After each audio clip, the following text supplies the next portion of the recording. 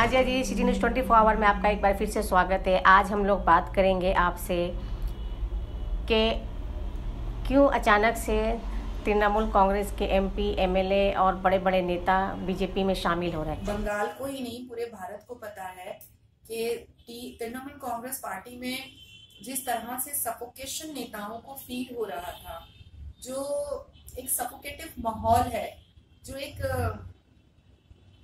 हिटलरगिरी जो है वो अब कोई बर्दाश्त नहीं कर पा रहा है। गोरू तस्करी, कोयला चोरी, बालू चोरी कर करके पैसा ले जा करके दो। सेकेंड थिंग इज के फरहाद हकीम, अभिषेक बैनर्जी के अलावा दीदी को और कोई नजर ही नहीं आता है। तो हर इंसान की अपनी पर्सनल आइडेंटिफिकेशन होती है, हर इंसान का अपना पर्सनल ओपिनियन होता है।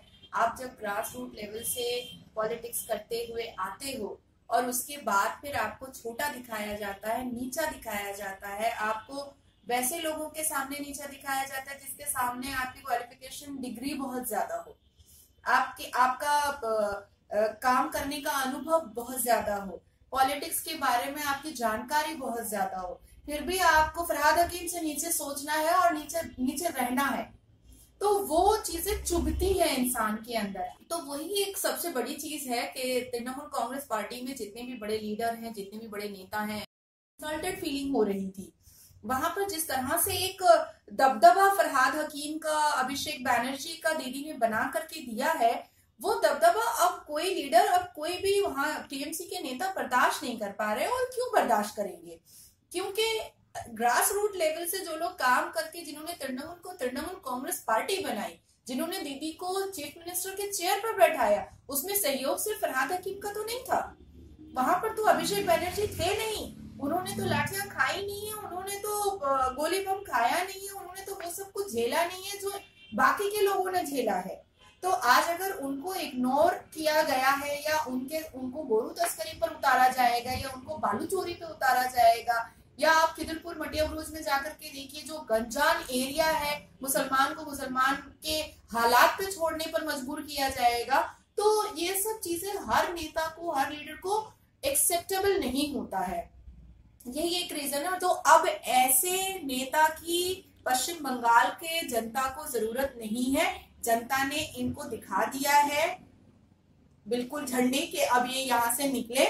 और जिस तरह से सारे लीडर, सारे नेता, सारे एमपी, एमएलए बीजेपी ज्वाइन कर रहे हैं, कहीं ना कहीं उनको मान है, इसलिए वो यहाँ पर आ रहे हैं काम करने के लिए। और जाहिर सी बात है कि भारतीय जनता पार्टी एक नेशनल पार्टी है, और नेशनल पार्टी में काम करने का जो एक एक्सपीरियंस होता है, एक अनुभव होता है, और खुले मैदान में जो काम करने का तरीका होता है, और ये लोग काम करने के लिए एक अच्छी जगह भी देते हैं और अपनी बातों को रखने का एक राइट भी देते हैं। तो ये सारी चीजें भारतीय जनता पार्टी में बहुत अच्छी है कि कोई आप जब काम कर रहे हैं जनता के लिए तो कोई कंट्रोल नहीं है। ना ही आपसे गोरू तस्करी कराने को बोला जा रहा है, ना ही आपको कोयला चोरी करने को बोला जा रहा है, और ना ही अपने से जूनियर के सामने आपको एक इनइक्वालिटी वाली चीजें दिखाई जाती हैं। तो this is very good Bharatiya Janata party में। तो आपको नहीं लगता है कि मतलब जो एक एक करके तृणमूल के लोग सब बीजेपी में जा रहे हैं, तो जो परेशानी आज तृणमूल के साथ है वो कल को बीजेपी के साथ भी हो सकती है? मतलब वही सीनियरिटी और जूनियरिटी का मैटर। नहीं, देखिए, तृणमूल कांग्रेस पार्टी में फरहाद हकीम और अभिषेक बैनर्जी को जैसे गुरु मान लिया गया है, उस तरह से तो यहाँ पर होता नहीं है। यहाँ पर तो हम सब एक जैसे होकर के काम करते हैं। आप दिलीप घोष जी से मिल लीजिए, दिलीप घोष जी हमेशा डाउन टू अर्थ होते हैं। वो कोई एक छोटा सा कार्यकर्ता हो, उसके भी कंधे पे हाथ रख करके वो फोटो खिंचवा लेते हैं, वो उससे भी बात कर लेते हैं। आप गली नुक्कड़ चौराहे पर भी अगर दिलीप घोष जी को बोलिएगा कि चाय पे चर्चा करनी है तो वो वहां पर भी चले जाते हैं। आप उनको रेंज रोवर पर बैठा दीजिए तो वो बैठ जाएंगे, साइकिल पे दौड़ा लीजिए, वो साइकिल पे भी दौड़ लेंगे। तो कोई इनइक्वालिटी है नहीं यहाँ पर। मुझे दिलीप घोष जी को देख करके लगता है कि बीजेपी नहीं छोड़ना चाहिए। तो एक वाहिद वो सदस्य है पश्चिम बंगाल में, दिलीप घोष जी, जो बहुत डाउन टू अर्थ है और जिनको वाकई में पॉलिटिक्स का जो अनुभव है और सबको लेके चलने का, परिवार के हिसाब से लेके चलने का जो तरीका है, वो उनसे फरहाद हकीम तो छोड़िए, श्रीमती ममता बनर्जी जी को भी सीख ने जो दूसरा रूप ये किया, धारण किया, वो उस बारे में आपका क्या कहना है? वो तो होना नहीं चाहिए था बट हो गया, तो उस बारे में आपका क्या कहना है? देखिए, आज पूरा हिंदुस्तान ही नहीं बल्कि पूरी दुनिया में हमारा सर झुका है। 26 जनवरी को किसान आंदोलन का जो रूप आया था, जैसा आप बता रही हैं, हम लोगों ने भी टीवी पर देखा था, हम लोग भी नेशनल चैनल्स पे न्यूज सुने भी थे, कई नेशनल चैनल्स पे बैठे भी थे इस टॉपिक को लेकर के। तो प्रोटेस्ट करना हर एक व्यक्ति का राइट है, कॉन्स्टिट्यूशनल राइट है, लेकिन प्रोटेस्ट को अगर आप कोई राइट का रूप दे देते हैं, किसी आतंक का रूप दे देते हैं, किसी खून खराबे का रूप दे देते हैं, तो वो बहुत गलत हो जाता है। किसान क्या है? अन्नदाता है। किसान की वजह से आज पूरे हिंदुस्तान, पूरी कंट्री को रोटी मिलती है। आज अगर हम लोग जिंदा हैं तो एक आर्मी की वजह से और एक किसान की वजह से। तो अब किसान अगर इस तरह से खून खराबे पर उतरेंगे तो फिर बाकी लोग क्या सोचेंगे, उन पर क्या हमारा इंप्रेशन जाएगा।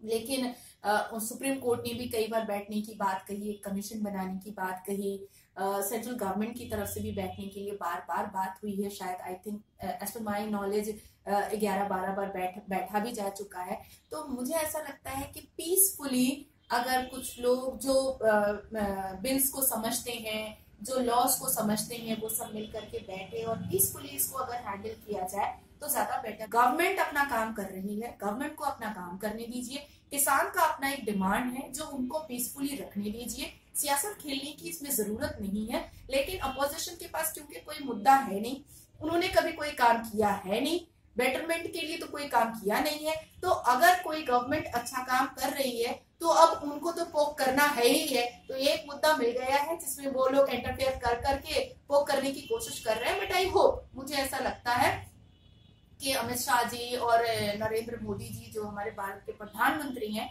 वो लोग मिलकर के कोई ना कोई बीच का रास्ता जरूर निकालेंगे। मैं आपके चैनल के माध्यम से किसानों से रिक्वेस्ट जरूर करूंगी कि आप अन्नदाता हैं, आप बहुत पोलाइट होने चाहिए, आप बहुत काम होने चाहिए, आप बहुत सॉफ्ट स्पोकन होने चाहिए, क्योंकि आप हमें अनाज देते हैं और आपके कारण हम कहीं ना कहीं हेल्दी होते हैं। हम अपने हम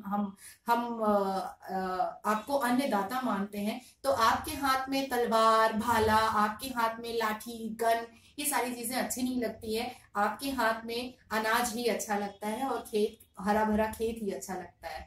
शुक्रिया। Thank you.